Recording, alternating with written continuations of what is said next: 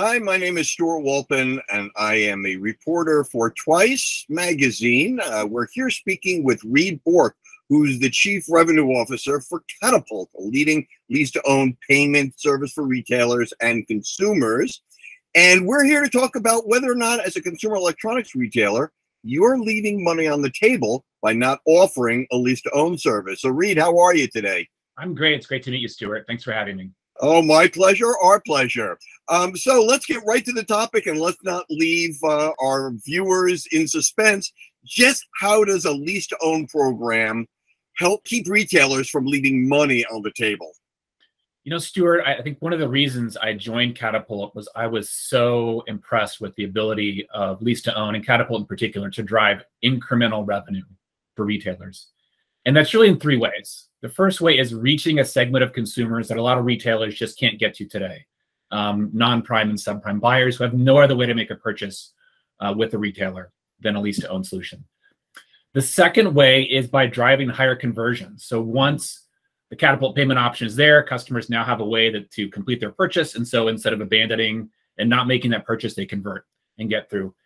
And the last way is actually with loyalty and retention. When Katapult is offered, we see significant reuse of Katapult. Over 50% of our customers go back to the same retailer and use Katapult again. So it's a great loyalty tool to get shoppers to come back to your site again and again and stay with you and make more purchases. Well, that's certainly one way to capture some of that money that may still be on the table. But just on the off chance that I might be missing something, how much money are we talking about? I mean, have you seen a percentage of increase in sales for retailers who offer a lease-to-own option? Sure. You know, we work with lots of different retailers across categories. Consumer electronics is a big one for us, but also with furniture, with auto parts, appliances, mattresses, etc. But specifically in consumer electronics, a couple of years ago, Lenovo came to us.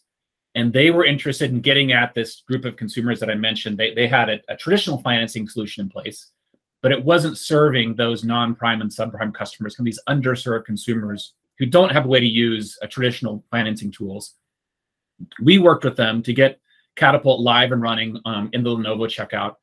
And once we did that, for those consumers who went down the financing path, conversion for those consumers increased by over 30%. By having the Katapult option. So significant, you can apply that. That may not be the case for every retailer, but that's pretty typical of what we see. And we're talking about the sort of the subprime and non-prime consumer base is over 30% of the US population, 30 to 40%. So this is millions of consumers that you can tap into and then help grow more sales with your business. Okay, well, let's do a little primer here because there may be retailers, obviously, who have heard the term lease-to-own, really don't know what it means. So can you explain really briefly how lease-to-own works for retailers, and then how does lease-to-own work for their customers? Sure. For a retailer, I think the way to think about lease-to-own is you're going to get paid upfront. When a customer makes a purchase, the retailer gets paid in full, whatever the full price of that product is. Katapult then works with the customer to collect from them to ensure that they make their payments. And during that time, if they want to return that, we'll work with them to collect the return because it is a lease. It's not until they complete that lease, they don't own it. And then once that lease is paid off, they own the product. But from a retail standpoint, you get all your money up front. Katapult really takes on the risk, the repayment risk, the fraud risk. So the retailer doesn't have to worry about that. And from a cost perspective, it's really just like other forms of payment, whether that's a credit card transaction or PayPal or other ways that consumers can pay. It works in very much the same way for a retailer. For a consumer, so kind of go to the second part of your question, our goal is to make it as easy and transparent and as low cost for a consumer as possible. We know that we're an extension of a retailer's brand, and so we want to make sure that we treat the consumer just as well or better than a retailer would want them treated as well. And so we're going to, from the moment they make that purchase, they have an open communication process with Katapult. We develop a relationship with them. We have customer service so they can come for questions. We work with them to align billing with their paycheck cycle to make it as easy for them as possible to pay us back. And then again, they're flexible. They can elect to pay off that lease at various points, whether it's at the end of the lease or during the lease. And once it's paid off, then they own whatever they purchased, and it's theirs to keep forever. And I assume that these options for the consumer are available, and for the retailer, obviously, are available both in person in the store and on the retailer's e-commerce site. So it's a sort of an omni-channel solution.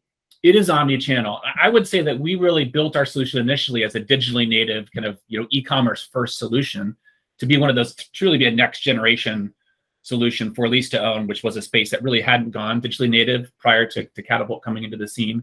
But as we've expanded, retailers have said to us and consumers, hey, we want to use Katapult in store as well. So our mission has been to expand the footprint of Katapult, whether it's online, in store, even over the phone. We have a phone solution as well for those retailers that take orders over the phone. Okay, so I have a tricky question that I always act as if I'm, the font of information as a reporter, but I'm a little confused by this. So you do Lease-To-Own. There are other companies that offer buy now, pay later. So can you explain first the difference between the two of them as far as a consumer electronics retailer is concerned, and then we'll talk about how that difference, what that difference is for consumers? Sure. No, that's a great question. Buy now, pay later has been a very hot topic over the past couple of years. And I think it's good to note the difference between that two. That, buy now, pay later is a great consumer service, but I think Lease-To-Own fills a niche in a way that's complementary and in fact, very different from what buy now, pay later or BNPL offerings provide. First of all, buy now, pay later is a loan. It's a credit solution. That there is a bank or a non-bank entity lending money to a consumer. So kind of like the name implies, a Lease-To-Own, it's a lease. So Katapult, we actually buy that. If it's a consumer electronics retailer, we buy the laptop or the TV or the tablet from the retailer, and we lease it back to the consumer until they've paid off that lease and they own it. With buy now, pay later, again, it's a loan. Maybe it's 4 payments over 6 weeks, or it could be a installment payment over months or years, but it's very different in that case. I think the consumer we serve is also, while there may be sometimes some overlap, it's pretty different. We, in the Lease-To-Own space at Katapult, we are very focused, laser focused on the underserved consumer, the subprime, non-prime, that customer that just can't get access to traditional credit products. They can't get approved for a credit card or for a loan. And so by providing this Lease-To-Own service, we can give them a way to make those purchases that they need. Whereas with buy now, pay later, again, that's more, they may look at more traditional lending criteria to make the decision whether to lease to somebody, to loan to someone. So in other words, part of leaving money on the table is addressing those consumers who may not pass a credit check and therefore not be eligible for a buy now, pay later program. That's right, Stuart. In fact, we at Katapult actually work with some leading buy now, pay later providers in partnership so that consumers that aren't approved for the solution they provide can be approved by Katapult. So Affirm is one of those, Bread is another. There are others that we work with where if you're not approved, for example, by Affirm, then you can get approved by Katapult for whatever you're buying. So we've offered these two kind of different programs. You're offering Lease-To-Own, and then there's a buy now, pay later. Is it important for consumer electronic retailers to offer both of these? Does one have an advantage over the other than the appealing to consumers who may not be able to get past a credit check? I mean, should consumer electronics retailers have both of these programs, or do you recommend that Lease-To-Own is probably a better overall option because it may reduce consumer confusion about payment plans? Well, I think Lease-To-Own is critical for all the reasons I talked about, and especially for consumer electronics, because the fact that we really effectively serve high ticket purchases. So I think our average order value specifically for consumer electronics is over $1,000. I think that speaks to the type of purchases consumers make with Katapult. I would say for retailers who are thinking about their payment strategy or their credit strategy, that it's a continuum. At one end, you might have private label cards or traditional credit cards. Sort of in the middle, maybe you have buy now, pay later, and then to serve this very long tail of consumers who can't get access to either of those products. That's where Lease-To-Own comes in. And we really help fill a big gap in a lot of retailers' payment offerings today. Okay, so you're in the Lease-To-Own market. So what advice would you offer to retailers about choosing the right payment options and partnering with the right payment option providers? Well, I think in terms of providing the options that your consumers want and need is the most important thing. So I think it's critical. Don't get caught up in whatever the hottest trend of the day is or fear of missing out based on what maybe your competitors are doing. I think about what do your consumers need and what's really going to provide the best solutions for their needs. And ultimately, as we talked about earlier, Stuart, going to drive the most sales for you. Because it's all about driving as much revenue as possible, especially in this environment we're in today, which is inflationary, potentially recessionary. You need ways that are going to make it easy for your customers to purchase from you, drive top line revenue while not increasing costs. So I think ensuring that you have the choices that satisfy those is critical. How do you make the right choice to partner with the right service provider?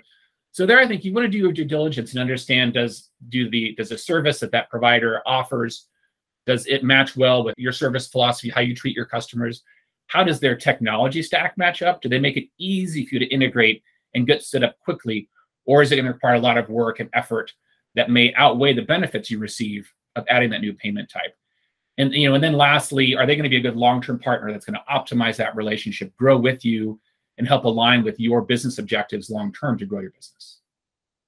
Okay, well, that sounds like a really good summary of what the opportunities are. If a consumer electronics retailer wants to partner with you guys, how do they find you? They can come to Katapult.com. We have a whole section for businesses to learn more about Katapult, or they can reach out to me directly. I'm at reid.bork@Katapult.com. Excellent. Reid, it's been a pleasure speaking to you, and I hope to speak to you again soon.